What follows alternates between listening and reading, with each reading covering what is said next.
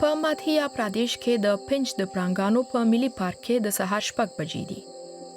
دا وحشي ساحه د دې سترو ژویو قلمرو دی. هیڅوک د هغه په شان پړانګان سم نه پیژني. انیش اندریا یو چاپیریال ساتونکی دی. هغه یې سمدستي نښه تعقیبولی شي. هغوی له حوضونو او سیندونو سره نږدې وي.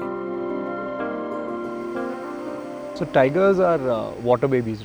د پړانګانو اوبه خوښیږي او هغوی به ډېر کم د اوبو له دایمي رودونو څخه لرې ووینئ. په دې ترتیب هغوی په اصطلاح د ځنګله د روغتیا نښې دي. که ځنګل تخریب شي نور به څو کلنې ویالې او حوضونه هم نه وي. ټول وچیږي او د پړانګانو لپاره به کافي ښکار نه وي او هغوی به هم له انقراض سره مخامخ شي. And therefore you don't have tigers. د پړانګانو د استوګنځایونو ډېری برخې د انساني فعالیتونو له امله له منځه تللي. د نړۍ د وحشي پړانګانو 3/4 برخه لا هم په هند کې ژوند کوي، خو د هغوی نفوس په چټکۍ سره د کمیدو په حال کې دی او په 19مه پیړۍ کې له 150,000 څخه یې شمېر په 1970 میلادي کال کې څه 300 ته ورسېد. هغه وخت حکومت لاس په کار شو او له پړانګانو څخه د ساتنې پروژه پیل او د هغوی د ساتنې ځایونه یې وټاکل. Mostly the core of all tiger reserves are either پړانګان sanctuaries or معمولاً national په parks. پناهځایونو او یا So هم by ملي law, پارکونو کې وي. you د can't have قانون له human مخې انسانانو disturbance ته باید there. مزاحمت ونه شي.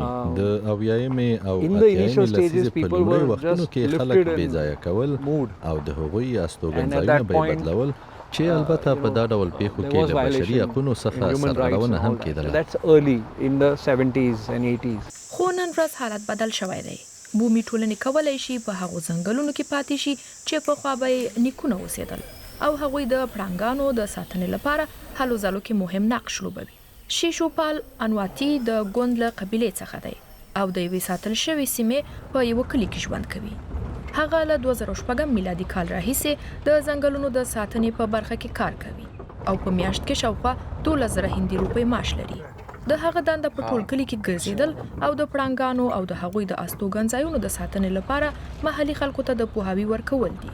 गांव में उतना ना समझ پخوا به کلیوال په करंट ډېر څه نه लगाते थे پوهېدل او जो बिजली برقي वाला دیوالونه आता به है یې ना جوړول تر څو करंट लगाते थे ګوازن कई یا نور जगह وحشي जानवर حیوانات له डियर ځانه सामान لرې के लिए وساتي. लगाते थे मगर कई خو जगह پړانګان टाइगर به په هغو आ کې जाते थे بند उससे پاتې भी کېدل एक्सीडेंट हो او जाते زړه بوږنوونکې फांदा پېښې लगा به दिए رامنځته अब کېدلې. पानी में حتی ځینې जहर وخت به आता है خلکو में پړانګانو ड्रिंक ته करके वो मिला تلکې देते थे ایښودلې او یا به पहले یې د बहुत هغو د शिकार اوبو होता لوښي था مسمومول. हमारा भी कुछ ځینې به साल یې د जब से پړانګانو मैं देख ښکار रहा हूँ کاوه. जब से मैं خو له लगा हूँ هغه जब وخته से راهیسې چې زه बहुत دلته कम کار इस کوم دغه एरिया में ډول सुनने پیښې को کمې मिलता है شوي. कि زه ऐसा هره हुआ ورځ په और ځنګل کې अभी ګرځم धीरे او د धीरे हम तो پړانګانو मैं د شمېر रोज په जाते हैं زیاتېدو जंगल شاهد یم. ऐसा लगता है कि टाइगर बहुत बढ़ गया.